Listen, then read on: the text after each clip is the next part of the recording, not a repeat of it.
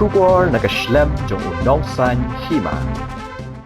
Menteri Rangba ke Jela Assam Himanta Beswa Sarma hendak kesengi lawan menlongkom ukongsan hak passing out parit jongki Pulit Sub Inspector Hanot Eastern Police Academy Sao Meghalaya. Hak ini kesengi kemasan sepak nyupu pelangut ki Pulit Sub Inspector kelala ban Pyndep ke Jingshah Hikai Hanot Eastern Police Academy.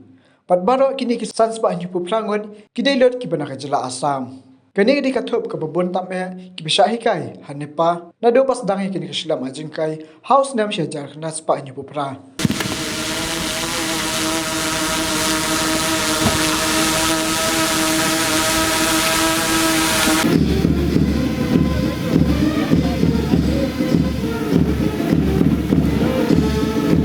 मंच के पास आ रहे हैं।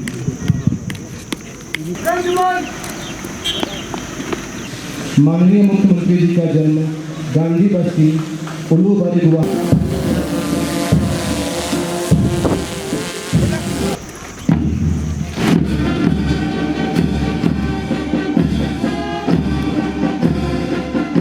दीक्षांत parade का आज का दिन ऐतिहासिक है और ये नवयुवक प्रशिक्षणार्थी लगभग 12 महीनों के कठिन प्रशिक्षण के उपरांत आज यहाँ शपथ ले रहे हैं।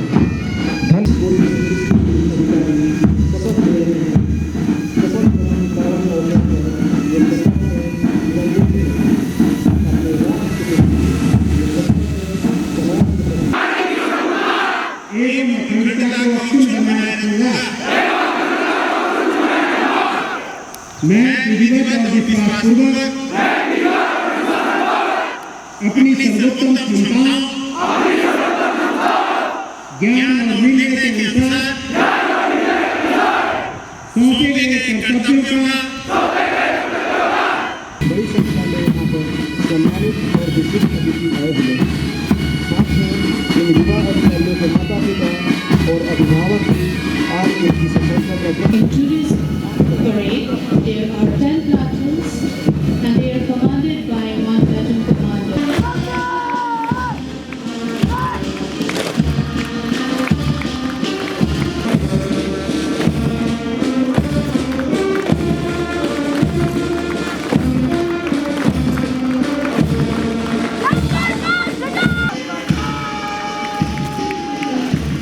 Platoon number 9 is commanded by and platoon number 10 is commanded by Cadet Sub Inspector. प्रशिक्षण प्रदान किया जाए और साथ ही साथ in service course, refresher course और जो अन्य कोर्स हैं उसका यहाँ पर कार्यक्रम रखने का किया गया था। अभी तक श्रीमान यदि हम देखें तो नेपा के तरफ से 788 डीएसपी नॉर्थ ईस्टर्न स्टेट के 788 डीएसपी एवं 3673 सब इंस्पेक्टर को बेसिक ट्रेनिंग दी गई है। साथ ही साथ जो सर्विस ट्रेनिंग है जो कि समस्त भारत में कहीं से भी आते हैं ट्रेनिंग करने के लिए यहाँ पर, उनकी संख्या पिछले 43 सालों में 27,419 प्रशिक्षण दिया गया, प्रशिक्षकों को दिया गया। यहाँ पर मैं ये भी कहना चाहूँगा कि ये 43 साल के इतिहास में ये नेपा का 50वां बेसिक कोर्स, ये सबसे बड़ा द बिगेस्ट बेसिक कोर्स जिसमें कि 578 प्रशिक्षु सब इंस्पेक्टर बेसिक कोर्स।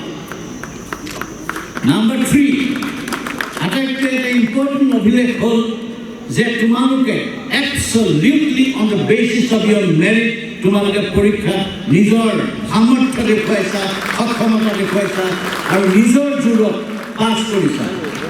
তোমালোকক কোনো সহায় কৰা নাই, তোমালোকক কেতিয়াও কোনো অন্যায়ৰ প্ৰশ্ৰয় ল'বলগীয়া হোৱা নাই। Absolutely cleanest of recruitment that Assam has ever seen in police is ever yours. গতিকে মই ভাবোঁ আমি খুব ভাল ল'ৰা ছোৱালী আমাৰ পাইছোঁ। 175 গৰাকীতকৈ অধিক মহিলা সাব ইন্সপেক্টৰ ইয়াত আছে। Women are going to play a very important role in Assam police in future. আৰু তোমালোকৰ মাজত থকা মহিলা প্ৰশিক্ষাৰ্থীসকলৰ যি দীপ্তমান তোমালোকৰ পেৰেড দেখিছোঁ, কুচকাৱাজ দেখিছোঁ, সেইটোৱে মোৰ বুকু গৌৰৱান্বিত কৰি তুলিছে। The parade was absolutely class. The slow march was very good. Faisala jitu thakibo lage তোমালোকৰ মুখত যিটো দৃঢ়তা থাকিব লাগে, তোমালোকৰ যিটো ডিচিপ্লিন মেইনটেইন হ'ব লাগে, ডিষ্টেন্সিং যিটো থাকিব লাগে, সেইখিনি এবছলিউটলি পাৰফেক্ট। কুইক মাৰ্চো ইকুৱেলি গুড।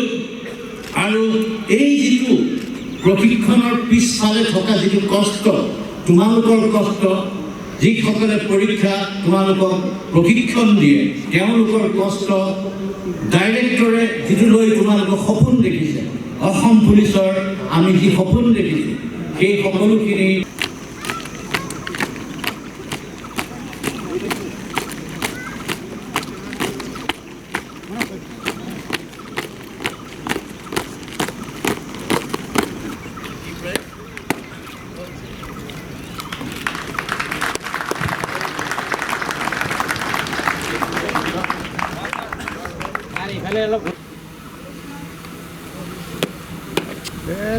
प्रॉब्लम है।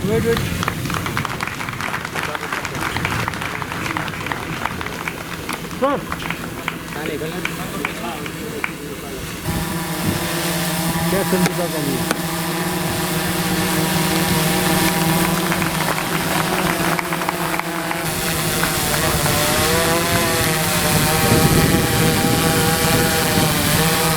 सर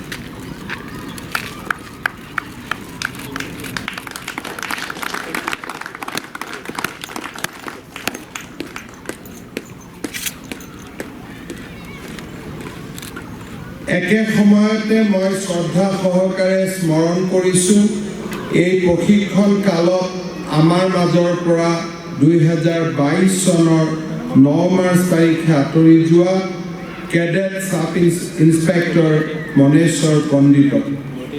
তেখেত আছিল এগৰাকী অসামান্য কেডেট। তেখেতৰ অভাৱ অসম পুলিচে সদায় অনুভৱ কৰি থাকিব। প্ৰশিক্ষণ কালৰ এটা দুৰ্ঘটনাত তেখেতৰ দুৰ্ভাগ্যবশতঃ আমাৰ মাজৰ পৰা তেখেত আঁতৰি গ'ল।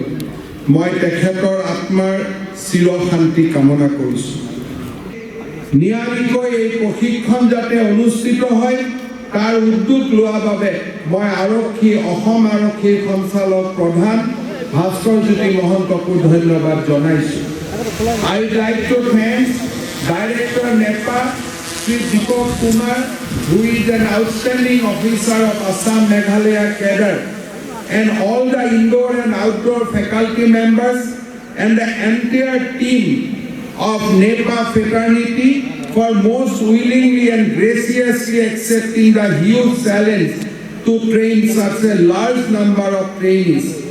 The success of the basic training in the best possible manner amidst the day-to-day disruption caused by COVID-19 pandemic is reflected in the impossible turnout and the wonderful parade of the cadet sub-inspector here today. Prime importance to tackling militancy and made a call for the police to adopt a zero tolerance attitude against criminal, economic offenders, drugs mafia, and all sorts of middlemen. While the criminals are creating nuisance, disturbing peace, and hindering the pace of the development, it is those drug brokers. Bad times, became good friends and exchanged their lifestyles. They were together at the time of need. They have participated in all the events of the academy with full enthusiasm. Today, after a year-long training, these young employees are doomed to become a professional police officer.